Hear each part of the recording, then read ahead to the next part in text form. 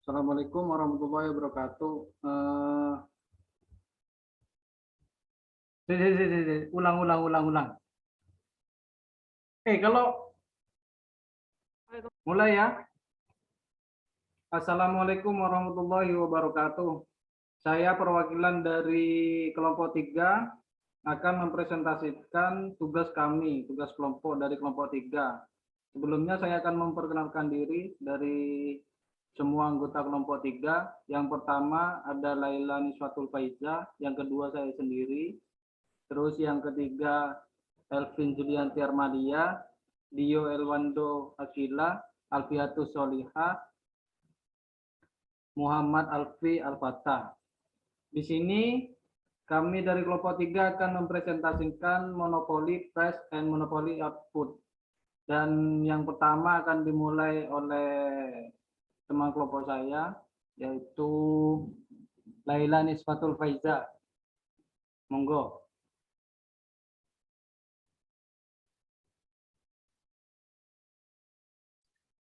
Baik, saya akan menjelaskan pengantar monopoli terlebih dahulu. Jadi monopoli itu adalah perusahaan tunggal yang melayani seluruh pasar. Monopoli itu membuat keputusan tentang berapa banyak barang yang harus diproduksi. Keputusan ini akan menentukan harga barang. Jadi perusahaan ini tuh dapat memilih untuk berproduksi pada setiap titik pada kurva permintaan pasar dengan asumsi bahwa monopoli memilih kuantitas output yang memaksimalkan keuntungan dan kemudian menetapkan harga pasar yang menghasilkan tingkat output yang dipilih. Jadi yang akan kita bahas dalam monopoli ada barriers to entry atau hambatan untuk masuk, lalu ada monopoly and resource allocation, ada monopoly, product quality and durability, ada dynamic views of monopoly, ada distinguish two types of monopoly between natural and legal monopoly, lalu ada patents and trademark yang mempromosikan inovasi. Baik, jadi yang pertama ada barriers to entry atau hambatan untuk masuk. Jadi perusahaan itu, alasan mengapa adanya monopoli itu bahwa perusahaan lain itu tidak menguntungkan atau tidak ada cara untuk memasuki pasar. Jika ada perusahaan lain yang dapat memasuki pasar, maka pasar tersebut tidak lagi monopoli gitu. Ada 3 yang akan dibahas. Yang pertama adalah hambatan teknis untuk masuk. Jadi hambatan teknis utama adalah bahwa produksi barang terkait mungkin menunjukkan penurunan biaya marginal dan rata-rata pada berbagai tingkat output. Jadi teknologi produksi sedemikian rupa ini sehingga perusahaan yang relatif berskala besar itu produsen berbiaya rendah gitu. Jadi penurunan biaya marginal dapat memungkinkan terjadinya monopoli di beberapa kota kecil. Lalu yang kedua ada hambatan hukum untuk masuk. Banyak monopoli murni diciptakan sebagai masalah hukum daripada masalah kondisi ekonomi. Salah satu contoh penting dari posisi monopoli yang diberikan oleh pemerintah itu adalah perlindungan hukum terhadap suatu produk dengan hak paten atau hak cipta.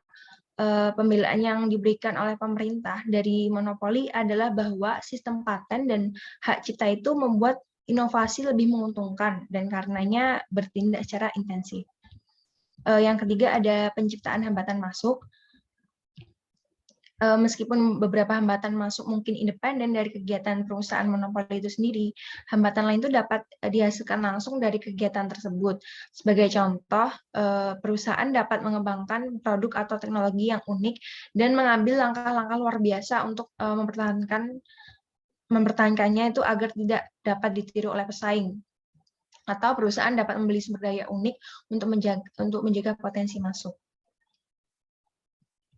Lalu selanjutnya ada monopoli dan alokasi sumber daya. Yaitu harga pasar tidak lagi memberikan informasi yang akurat tentang biaya produksi karena monopoli menghasilkan tingkat output di mana MC, marginal cost, sama dengan marginal revenue, itu kurang dari harga, cuma dari price. Oleh karena itu, keputusan konsumen tidak lagi mencerminkan biaya peluang produksi yang sebenarnya, dan sumber daya akan salah alokasi gitu.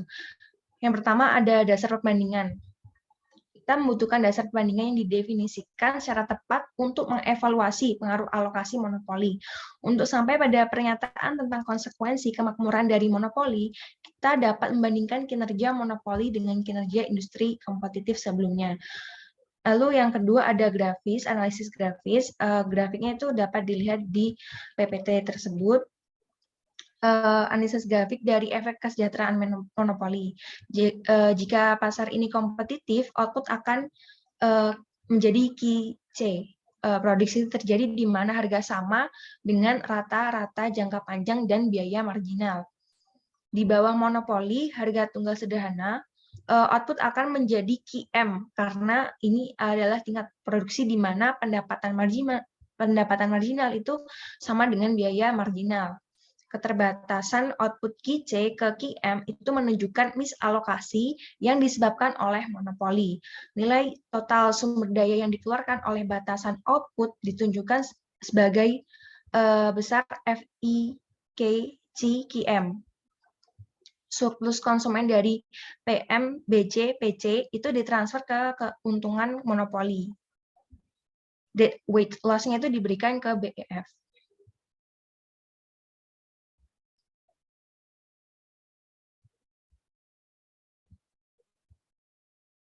Lalu selanjutnya ada monopoli kualitas produk dan daya tahan.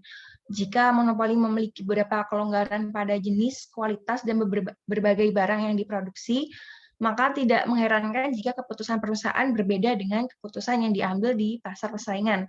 Itu semua tergantung pada biaya perusahaan dan sifat permintaan konsumen. Yang pertama yang dibahas ada daya tahan barang.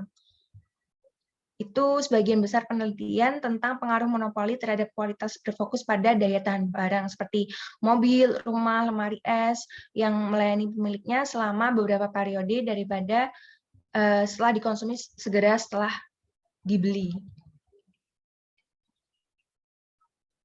Lalu ada inkonsistensi waktu dan permintaan yang heterogen. Jadi monopoli ini memiliki insentif untuk memproduksi lebih banyak barang pada periode kedua dengan memotong harga sedikit karena monopoli memiliki satu titik pada kurva permintaan jasa di mana P lebih besar dari marginal cost. Lalu selanjutnya ada dynamic view of monopoly atau tampilan dinamis monopoli. Itu wawasan statis bahwa praktik monopoli itu mendistorsi alokasi sumber daya, memberikan alasan ekonomi utama untuk mendukung kebijakan anti monopoli. Namun tidak semua ekonom percaya bahwa analisis statis harus definitif. Beberapa penulis, terutama Schumpeter, itu telah menekankan peran menguntungkan yang dapat dimainkan oleh keuntungan monopoli dalam proses pembangunan ekonomi. Jadi para penulis ini sangat menekankan pada inovasi dan jenis kemampuan perusahaan tertentu untuk mencapai kemajuan teknis. Dalam konteks ini, keuntungan yang diperoleh perusahaan monopoli itu merupakan dana yang dapat diinvestasikan pada penelitian dan pengembangan. Schumpeter itu juga menekankan bahwa monopoli pasar itu dapat membuat perusahaan lebih murah untuk merencanakan kegiatannya. Baik, untuk selanjutnya akan dipresentasikan oleh Alfiatus. Baik, terima kasih. Dan di sini saya akan melanjutkan pemaparan dari rekan saya tadi. Nah, yang natural monopoli dan legal monopoli. Nah, jadi pasar monopoli alami itu disebut sebagai pasar persaingan tidak sempurna. Dalam hal tersebut, pasar monopoli dapat ditemukan dalam berbagai industri di mana pada biaya marginnya akan menambah konsumen namun rendah. Dan setelah biaya tetap dari semua sistem yang ada tersebut. Nah, selain di bidang industri, pasar monopoli juga terdapat di pasar lokal dengan output yang sulit untuk diangkut. Dalam pasar monopoli juga dapat disajikan dalam sebuah kurva biaya rata-rata jangka panjang atau disebut kurva LRAC. Nah, berikut juga ada gambarnya. Jadi, pada tingkat output dan pada tingkat harga, yaitu pada garis horizontal dan vertikalnya. Jadi dalam kurva tersebut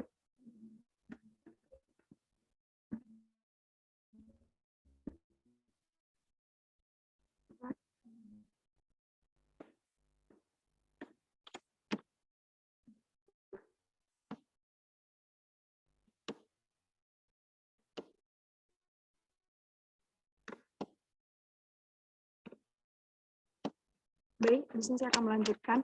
Jadi tersebut merupakan situasi ketika skala ekonomi yang relatif besar terhadap jumlah barang yang diminta di pasar. Dan pasar monopoli merupakan pasar yang hanya memiliki wadah atau ruang untuk satu produsen saja, dan juga pada kontrol sumber daya fisik monopoli alami terjadi karena ketika sebuah perusahaan yang hanya memiliki kendali atas sumber daya fisik yang langka. Dan untuk output yang dihasilkan adalah produk yang berkualitas. Dan selanjutnya pasar monopoli hukum. Pasar monopoli hukum yaitu dalam sebuah hukum peraturan dalam kegiatan pasar monopoli, dan pemerintah menetapkan peraturan hambatan masuk dengan membatasi bahkan melarang persaingan dari produsen lain untuk beberapa jenis produknya. Monopoli hukum dapat dikatakan sebagai monopoli legal, yaitu nilai guna suatu produk diperlukan dalam kehidupan secara sosial. Dalam pasar monopoli legal, tunduk dengan adanya skala ekonomi, jadi hanya dengan mengizinkan satu produsen saja dalam memproduksi suatu barang tertentu. Dan selanjutnya yaitu ada hak paten dan merek barang dagang yang penting dalam mempromosikan sebuah inovasi. Dalam mempromosikan inovasi, di suatu perusahaan membutuhkan waktu serta sumber daya dalam menciptakan inovasi untuk barang yang ingin diproduksinya. Maka untuk hak paten dan merek barang memiliki hak cipta, sehingga mengakibatkan dengan adanya tersebut, para perusahaan lain tidak dengan mudah dalam mengambil formula nama brand, dan perusahaan lainnya juga bisa memiliki inovasi yang baru. Jadi hak paten memberikan hukum eksklusif dalam menggunakannya, membuat bahkan untuk menjual hanya dalam waktu yang terbatas. Akibat dari adanya hak paten, yaitu memberikan kekuatan monopoli sehingga perusahaan inovatif dapat menutup investasinya dalam R&D. Namun setelah kontrak hak paten berakhir, dapat memungkinkan perusahaan lain untuk memproduksi barang yang lebih murah. Dan selanjutnya merek dagang. Merek dagang merupakan simbol untuk pengenalan barang tertentu. Dalam suatu perusahaan, pembaruan merek dagang dapat dilakukan berulang selama tetap menggunakan secara aktif. Oke, next. Dan selanjutnya dijelaskan oleh rekan saya.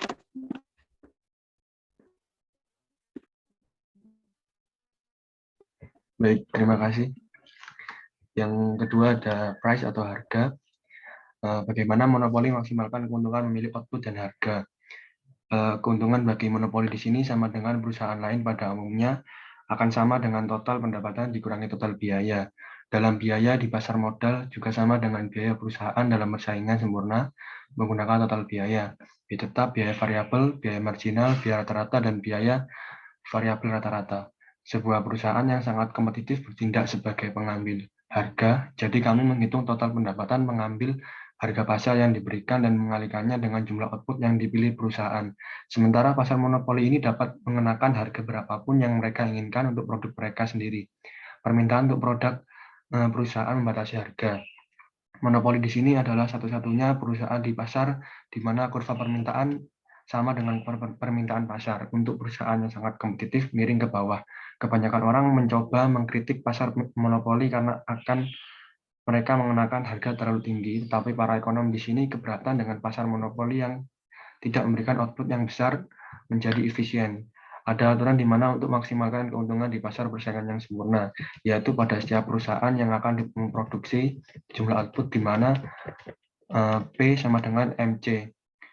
P adalah ukuran di mana pembeli menilai seberapa baik barang itu, biaya marginal, yang MC adalah ukuran unit dari apa biaya marginal masyarakat untuk menghasilkan. Jika P lebih besar daripada MC, maka manfaat marginal bagi masyarakat dalam tanda kurung yang diukur dengan P lebih besar daripada biaya marginal bagi masyarakat untuk memproduksi unit tambahan dan jumlah yang lebih besar harus diproduksi. Selanjutnya ada monopoli yang maksimalkan keuntungan memilih output dan harga. Sebuah perusahaan persaingan sempurna bertindak sebagai penerima harga, menghitung pendapatan total dengan mengambil harga pasar yang diberikan dan mengembalikannya dan mengalihkannya dengan jumlah output yang dipilih perusahaan. Monopolis dapat membebankan harga berapapun produk tersebut, tetapi permintaan akan produk perusahaan membatasi harga. Monopolis adalah salah satunya perusahaan di pasar. Kurva permintaan sama dengan kurva permintaan pasar. Perusahaan monopoli dapat memilih titik seperti R dengan harga rendah dan kuantitas tinggi QH dan titik seperti S. Monopoli dapat mencari tingkat output yang memaksimalkan keuntungan dengan meningkatkan kuantitas dalam jumlah kecil, menghitung pendapatan marginal dan biaya marginal, dan kemudian meningkatkan output selama pendapatan marginal melebihi biaya marginal, atau mengurangi output jika biaya marginal melebihi pendapatan marginal. Selanjutnya ada tentukan biaya marginal perubahan total dari memproduksi sejumlah kecil output tambahan. Di sini rumusnya adalah MC, change in total cost dibagi change in quantity produced. Demikian pula pendapatan marginal adalah perubahan pendapatan total dari penjumlahan sejumlah kecil output tambahan, di mana MR sama dengan change in total revenue dibagi change in quantity sold. Selanjutnya akan dijelaskan oleh Mas Alfi.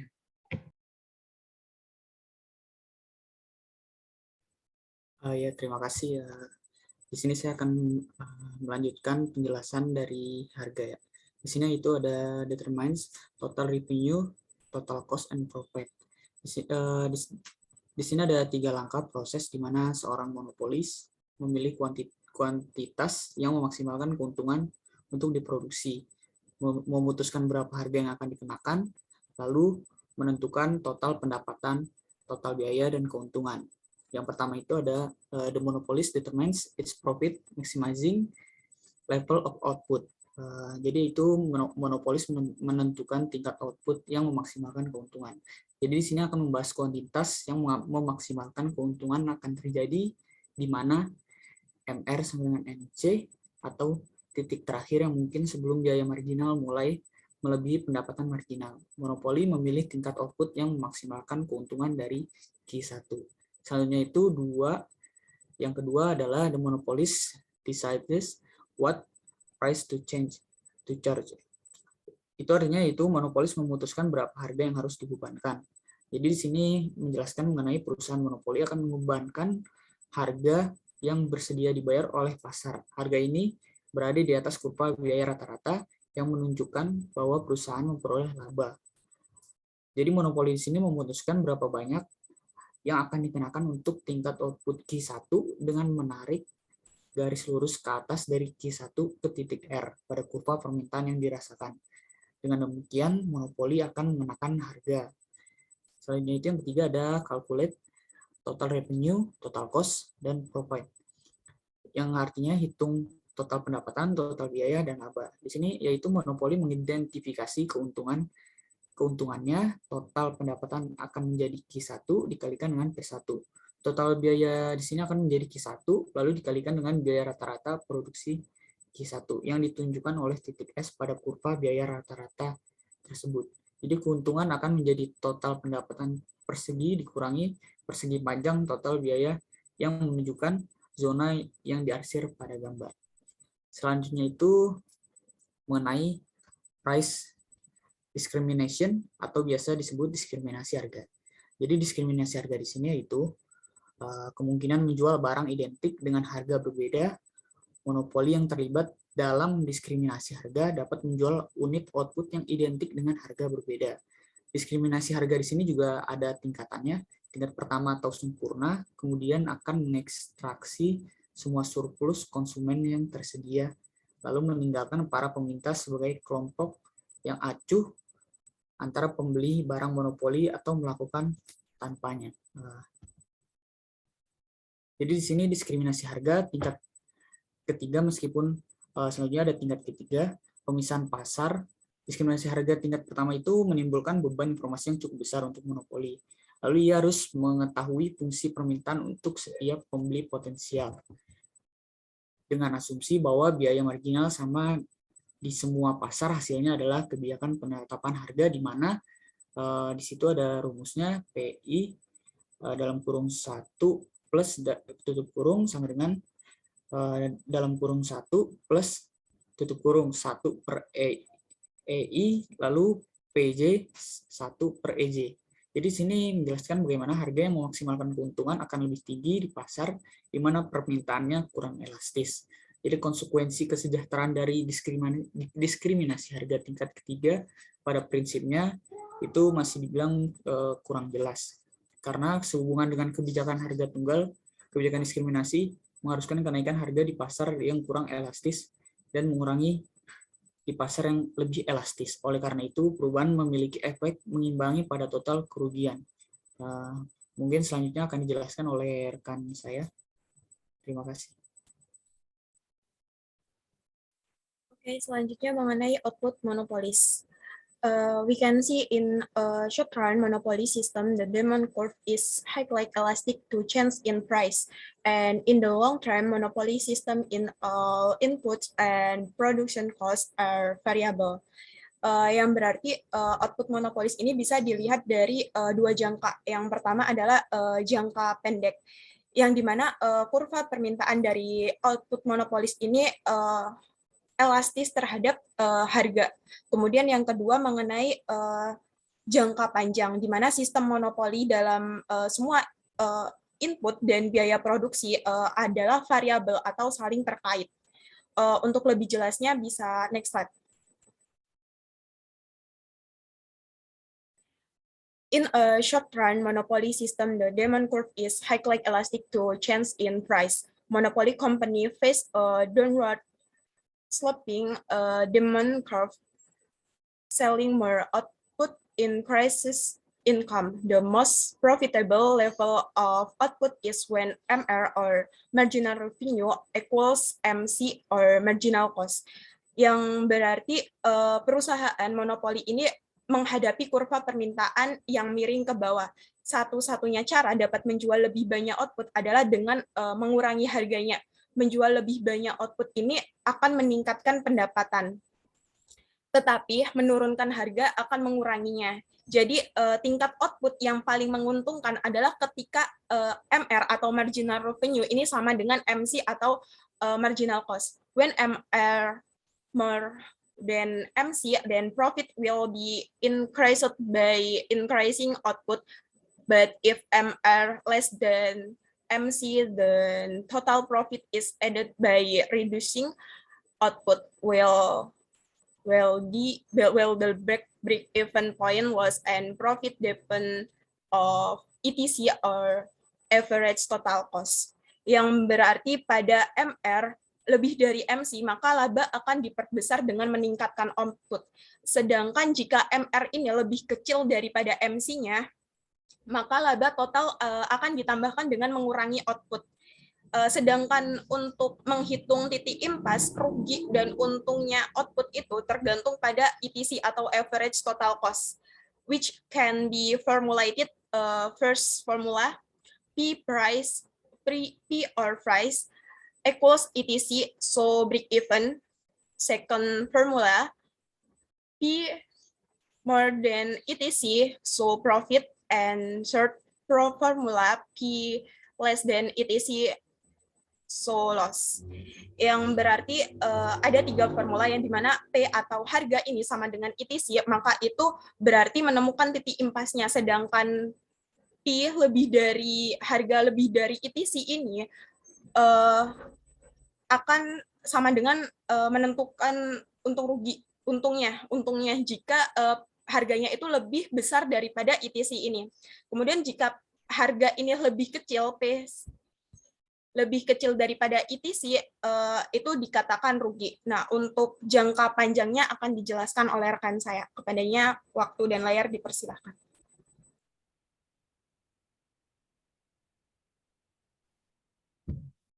Oke, saya akan melanjutkan.